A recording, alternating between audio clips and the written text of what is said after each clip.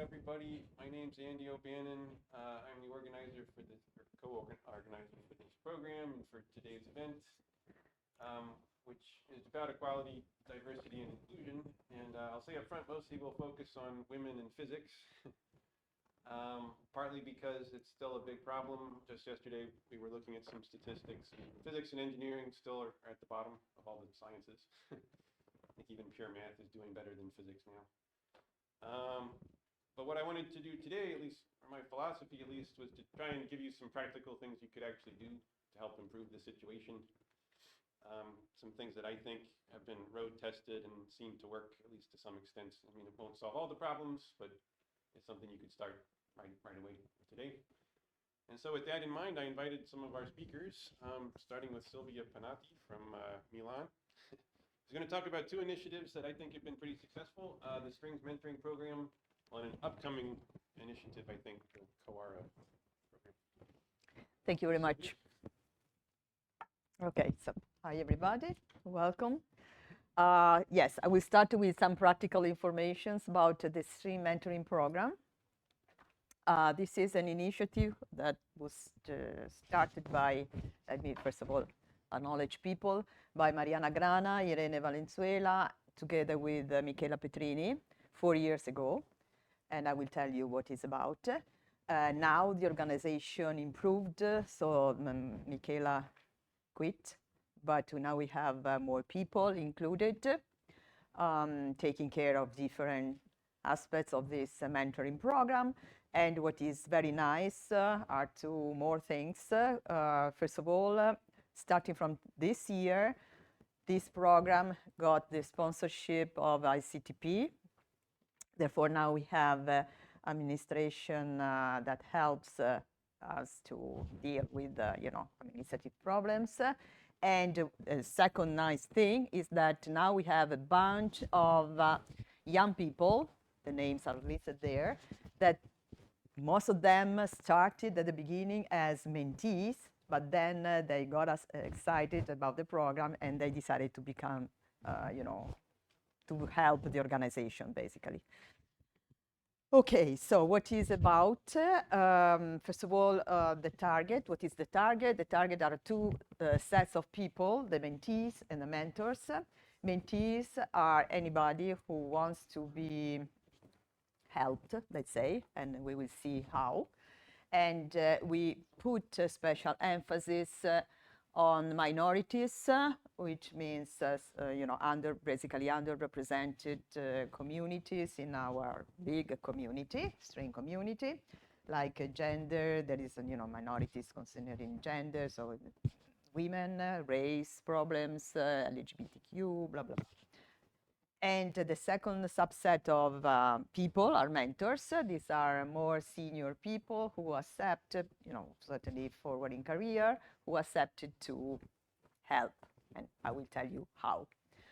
Which is the method. Basically, at the beginning of the year goes basically from September to, end of July. So in September, after people apply to be mentees or menteed or apply to work as mentors, there is a committee who forms pairs to each mentee. Each mentee will be assigned with a mentor, and what they are supposed to do is to meet monthly, online, of course, discuss things. I will tell you which is the typical set of topics they discuss about. And after that, the organization collects feedback, because the mentee, after the meeting, after every single meeting, has to fill up a form where, she or he declares which kind of topics they discuss, whether she or he are satisfied about the discussion, and so on and so forth. Okay, so what is mentoring, first of all?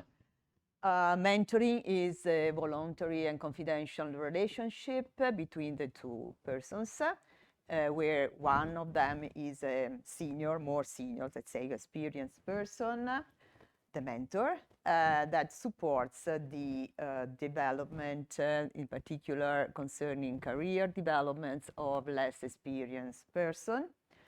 Why do we need, to invent such a program? Because many scientists claim that their success in physics, in career in particular, are due to the chance of having been supported by a mentor during their initial part of the career. So it seems to be very important to have at least a reference person, be mentored by this person, or think of this person as a role model somehow.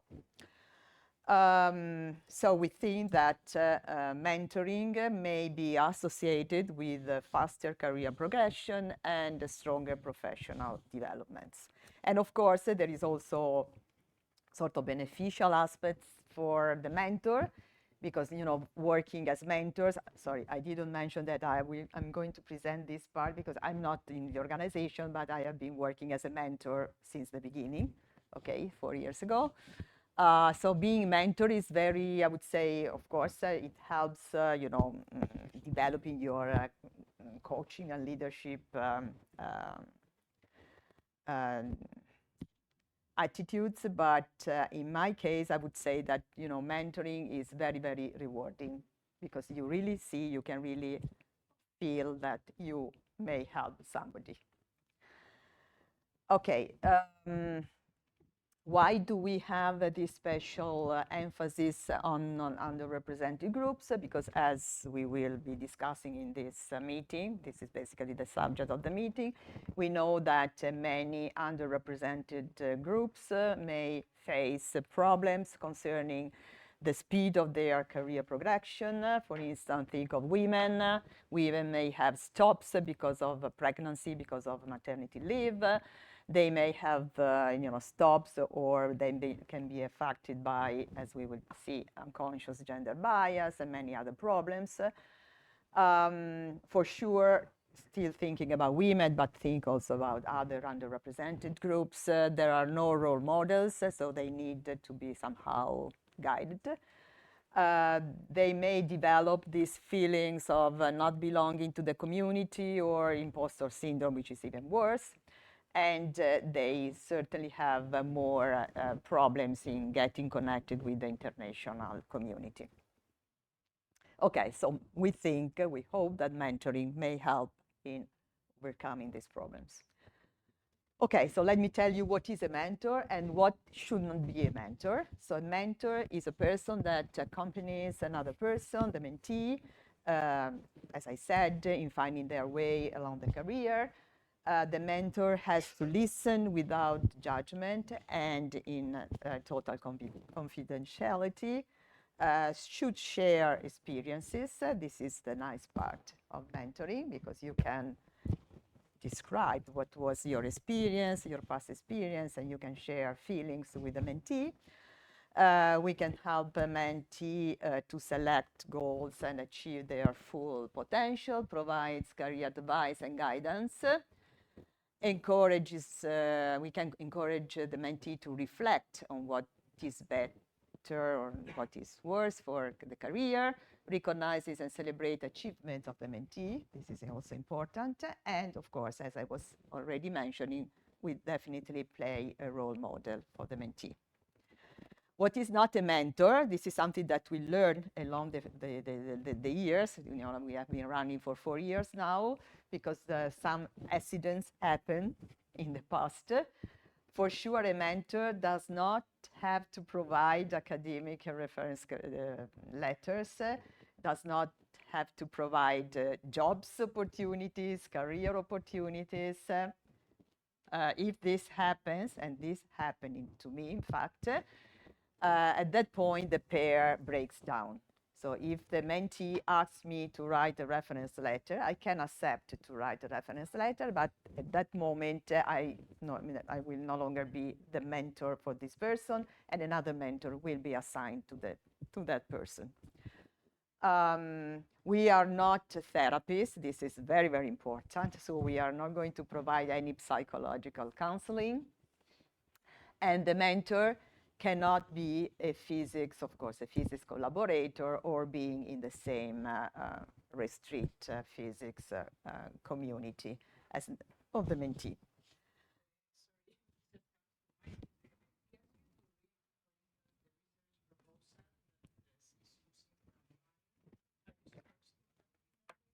I would say yes, as long as you are not working directly with the mentee. I mean, if you do not put your contribution in the, just help, in driving the way they have to write the proposal, what is better to stress kind of things that should be mentioned, the way things should be mentioned, should be written, then I would say yes. But of course, you cannot contribute with scientific inputs.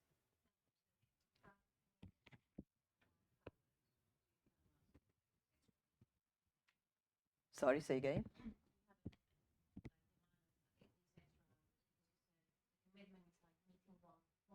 Yes. For like an hour. But then, I mean, if you're doing this extra labor, is the mentor requested to you like up to a certain amount? No. I mean, this is up to you. You can, yeah. If I mean, once a month is the minimum, but if there is, unfortunately, it happened. If there is some, running problem, serious problem, or this kind of request, the mentor can decide to meet with the mentee whenever they have time.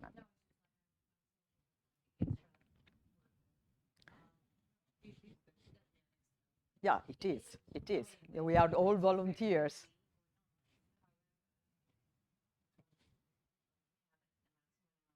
For example, say job season, before the season, you may need to like read things. Of course. Yes. No, well, once you enter this program, you know that you are a volunteer and you accepted to be a volunteer. Of course, you have to agree with the mentee about the amount of time that you have. You can, of course, devote to this activity, but that's your freedom for sure. There are no restrictions on that. Yeah, but I don't know. It happened to me, for instance, that for a month we met once a week because there was a serious problem running. And that's what we did. So, but once you are forced to meet more than once per month because there is a running problem, I think you feel somehow committed. Yeah.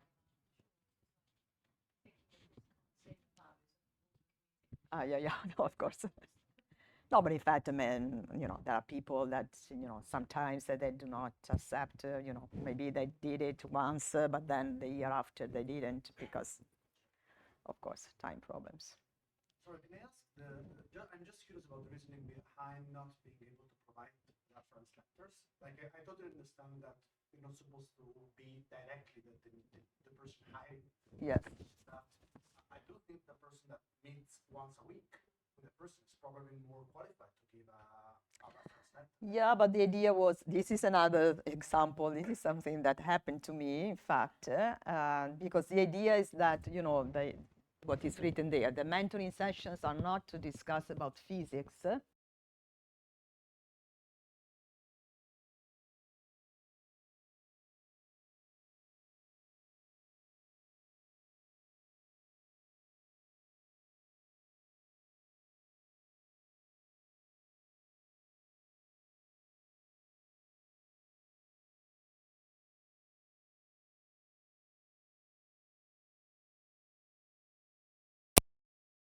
It means that you belong to the restrict community of that person, and this is no longer good to be a mentor.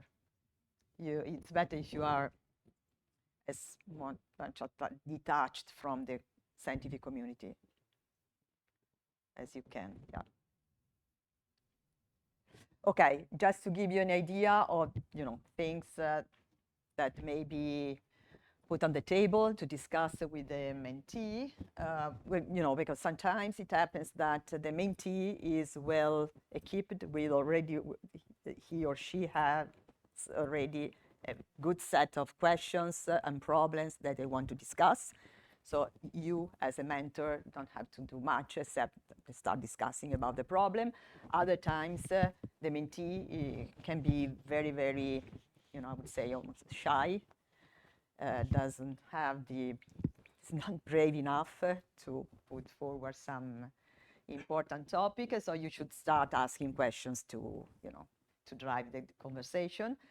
And this is kind of question that we suggest to ask to begin with, how have things been since we last met? What do you like the most and the least in research? What things are easy for you and which ones are not? Are you satisfied with your current work-life balance? This is important. Do you think you manage your time efficiently? I would also add questions about, for instance, if you are mentoring a PhD students, are you happy about your relationship with your advisor, your collaborators, these kind of questions. And this is statistics about the most discussed topics in the first 4 years of activities. You see, most of them have to do with the career, academic career, progression, finding a postdoc. Work-life balance also has quite a good percentage. And if you go below, you can see there are also gender-related issues, minority-related issues, and disability-related issues. So these are also kind of things that people sometimes discuss. Okay, to complement this activity, there are also online webinars organized for mentees and for mentors upon request. And what I would like to mention, because I like this part, there will be additional resources put on the ICTP portal that have to do with ideas for mentoring discussion, just to drive mentors in the right direction, but primarily guidelines for harassment, inappropriate behavior cases, because this is something that we happen already to discuss, and we realize that all of us are ready to discuss this kind in the right way to discuss these kind of problems. Okay, just to conclude this part, this is sort of advertisement, just to show you that the program has been successful so far, because in fact we started at the beginning with 36 pairs, and now we are moving up to 118, 130 this year. So it seems to be that people appreciate a lot. It's just a question to, of course, spread the news and about the existence of this program in the whole community.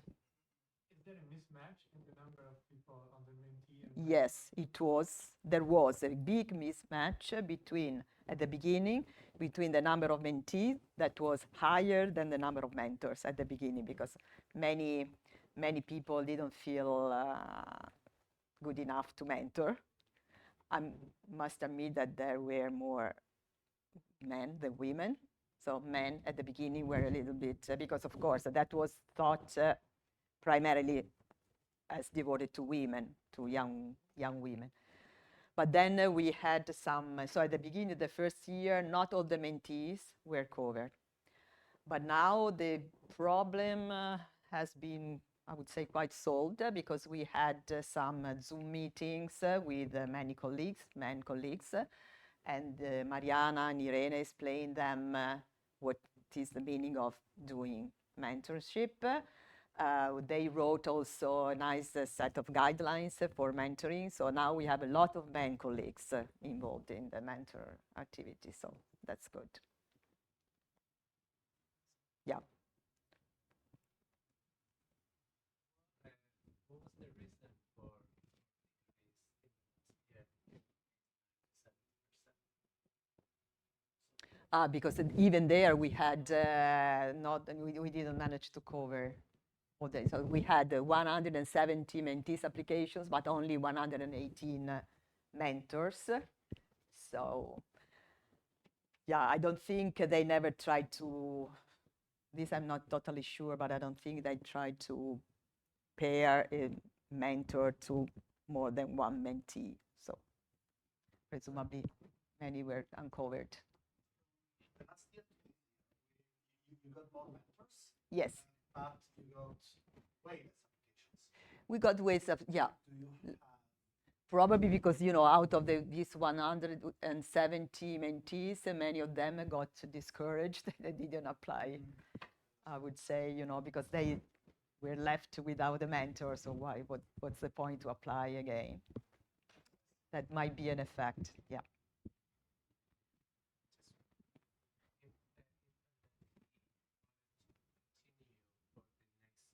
Yes. Was it guaranteed? Yeah, more or less, yes. When you apply at the beginning of September to be a mentee, to ask for a mentorship or for being a mentor, you can declare in the application form that you have been the mentor of this person and you would like to keep being the mentor. And if the person, the mentee, asks for the same, they guarantee the pairing. In fact, I have been mentoring a person now for 2 years. This is the second year. Okay, I think I'm done with this part. If you want to join the program as a mentor or as a mentee, just write to this, or you just look for a mentoring program string theory in the web, and you will find all the informations. Okay, so if you have any question about, but maybe we can discuss later even about, during the run. Yeah. How I'm going? But I talked too much about mentoring. Sorry. I've done it twice, and I highly recommend doing it. One lesson I learned is that a lot of PhD supervisors completely ignore their students. And so it really helps to have somebody external. Should be happening. That's why one of the questions should be, how do you feel about your relationship with your advisor? Yeah. Okay, now I will present another initiative, which is called CoARA. This is a higher scale. We are talking about European scale. What is CoARA? First of all, CoARA means Coalition for Advancing Research Assessment.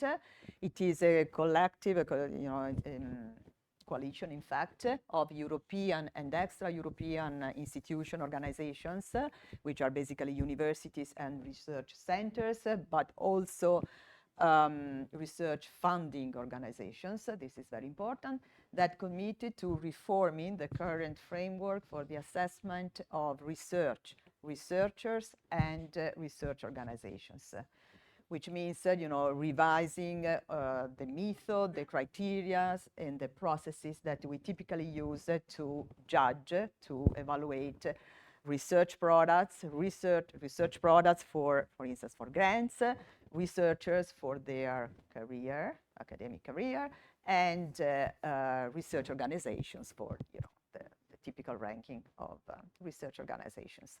It is funded by the European Commission, which is in fact part of this CoARA coalition. And the original motivation, I'm just cut and paste what they have in their webpage.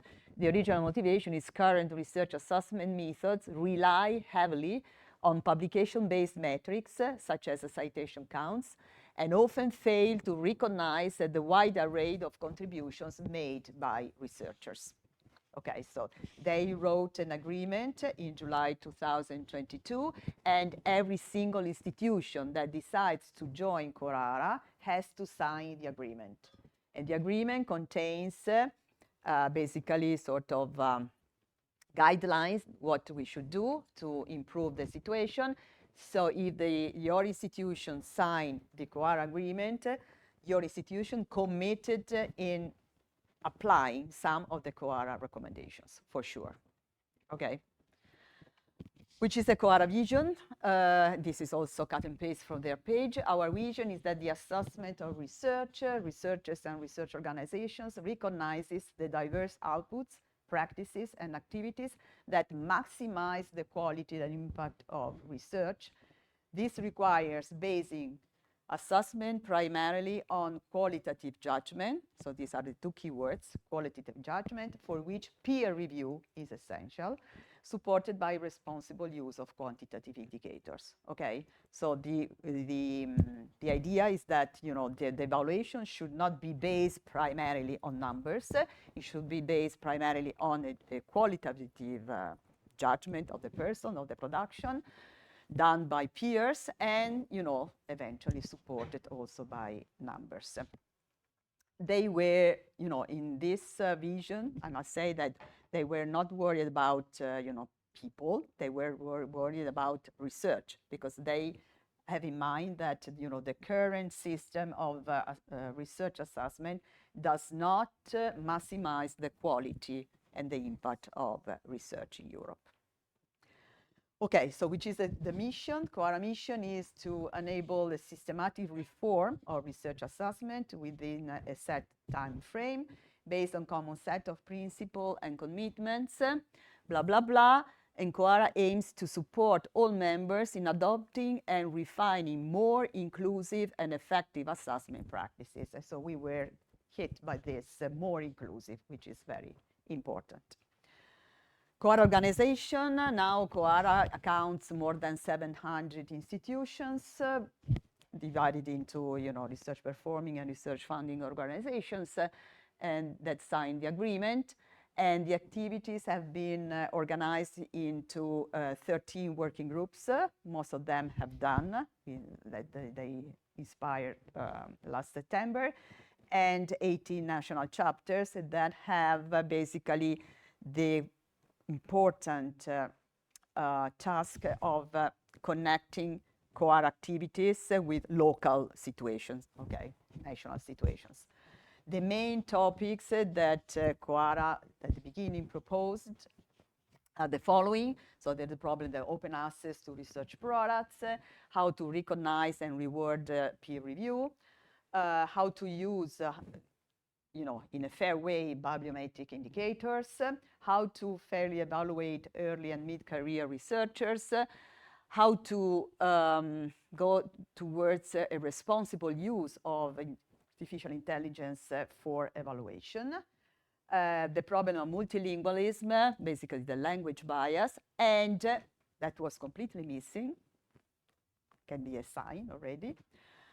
So we said, look, why don't we include also gender intersectional biases? Okay, in fact, they accepted to do that. Okay, this is the list of national chapters. Most of you are probably there. This is the set of working groups, but I will focus on our working group, which is this tier towards an inclusive evaluation of research. What is it about?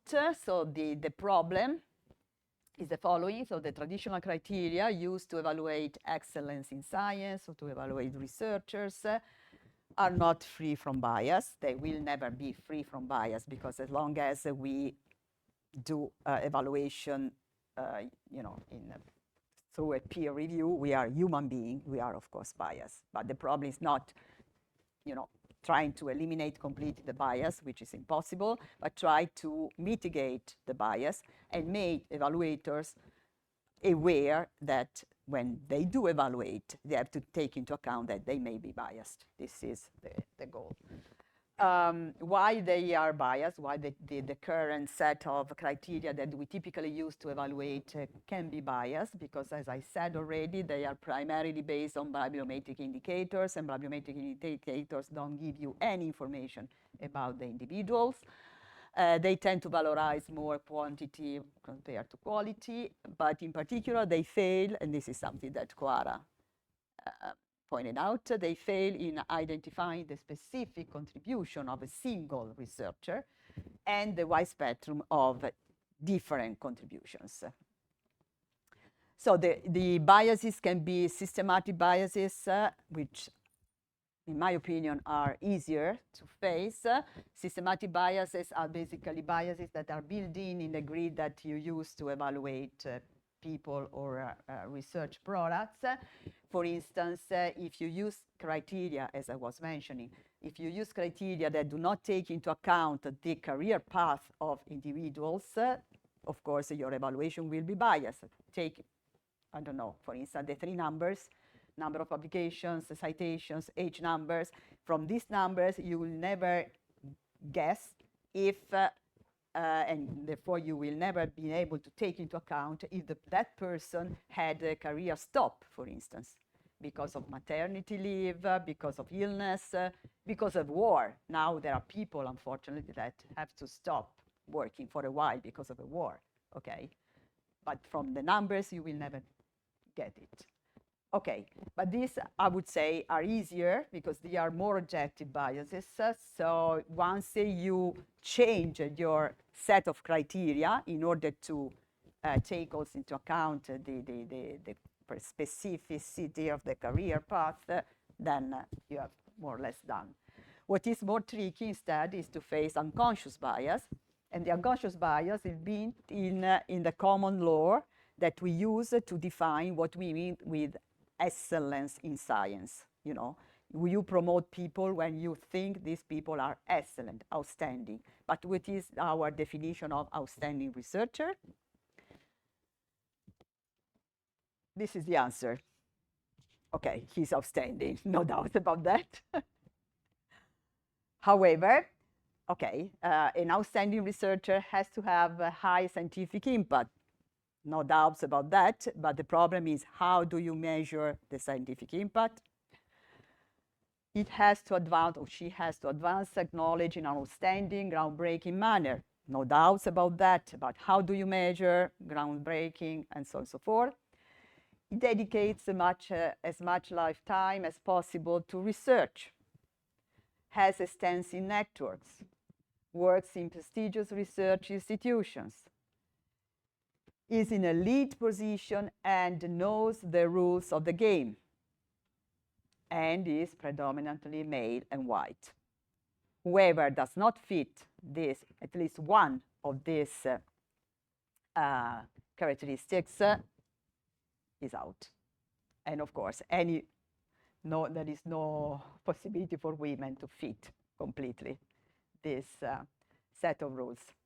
Okay, so what happens is that, as you know, this is a typical scissor statistical diagram that you can find everywhere, where there is a big gap between the number of women and number of men in science, and we think that bias, the unconscious bias, is one of the main reasons for this gender gap.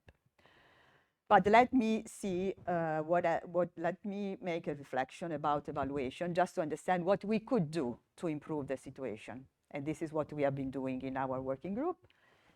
I will give you just a little information, little thinking, let's say. So when you decide to evaluate, what is the meaning of evaluate a person? Basically, what you do is you compare that person with an assigned reference frame that you have in mind, made by number of criteria that you want to apply, whose dimensions equal the number of kind of peculiarities or characteristics of qualities that you want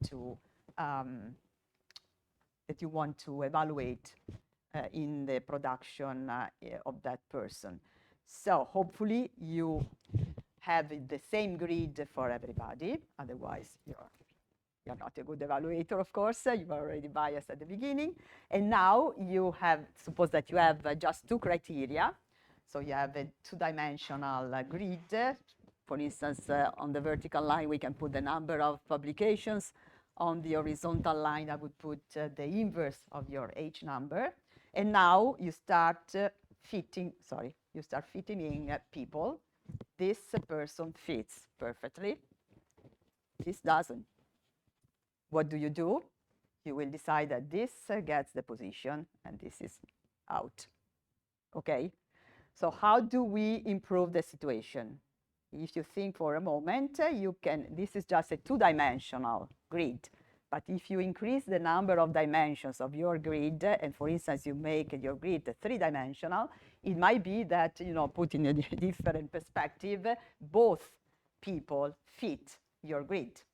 Okay, and in this case, you will say, that they are both okay. But adding more dimensions, which means basically evaluating more different aspects of the scientific attitudes and the scientific production of a single person, means going towards more diversity in the evaluation, which eventually means more inclusion. That's why we talk about discussing a more inclusive evaluation of research. which necessarily implies adding more criteria, more dimensions, which means eventually more characteristics that you want to evaluate, and more qualities, kind of qualities that you want to evaluate. Okay, maybe I have to cut out a little bit. So let me just mention that our initial objectives were the following. First of all, the first main goal was to bring on CoARA table the problem of gender bias and bias in general in the evaluation, because as I told you at the beginning, they were not thinking about discussing this topic. We would like to disseminate best practices which may ensure more inclusive and bias mitigate processes in the evaluation. We aim at developing training programs for institutions and evaluators to raise awareness about the possibility to be biased when you evaluate, and sustaining a community of practice and mutual learning at European level on this topic. Okay, the target are both research performing and research funding organizations. So let me mention only what is the main deliverable that we are working on now. Let me just tell you that we have still 1 year ahead. So we will end our activities in September next year. So what we have been doing now is to finalize a toolkit that should contain a number of suggestions about best practices that you can use when you evaluate, when you are a member of some evaluation committee. But in particular, what is important to do is not just to provide a toolkit, but start what we call the delocalized dissemination tour. So we will go and organize in different countries, in different institutions, specific activities, meetings, whatever, to discuss with local people how they could, if and how they could buy some of our suggestions about best practices, in particular, making them in line with the national or local legislation about, hiring or career progressions or whatever. Because sometimes you may be willing to adopt some best practice, but that best practice in your country cannot be adopted. So that's why we have to discuss locally with the people. And just to give you an example, then I will stop. These are examples of possible recommendations. Of course, try to have always balanced panels. Provide training to all the evaluators to raise awareness, provide clear guidelines on how you should evaluate excellence, but these guidelines should contain not only what you should do, but also what you should not do, which is even more important than what you should do. What you should not do when you evaluate in order to avoid possible biases. Yeah, just 3 points more. There is the possibility to have a gender observer, but this is country dependent. For instance, in Italy, we cannot, but in other countries, I already saw by experience that they have a gender observer in any evaluation committee. The gender observer is somebody who is completely out of the scientific topic, and is there just to ensure that no discrimination is applied by the evaluation panel. We should monitor the gap between formal criteria and the actual application of these criteria, and whenever it is possible, it would be nice to apply a double-blind evaluation. And there is another, a very last one, that is has been applied, I think, here in UK. This is at least what we have learned, which is providing one-to-one feedback for unsuccessful candidates who are part of underrepresented groups. So if you are, let's say, a woman, and you didn't pass, you didn't get that grant, that should be sort of feedback, and people should tell you in person what happened to your grant, why you didn't get it, what was wrong, what you should improve in order to get the grant. Okay, I'm done. Thanks.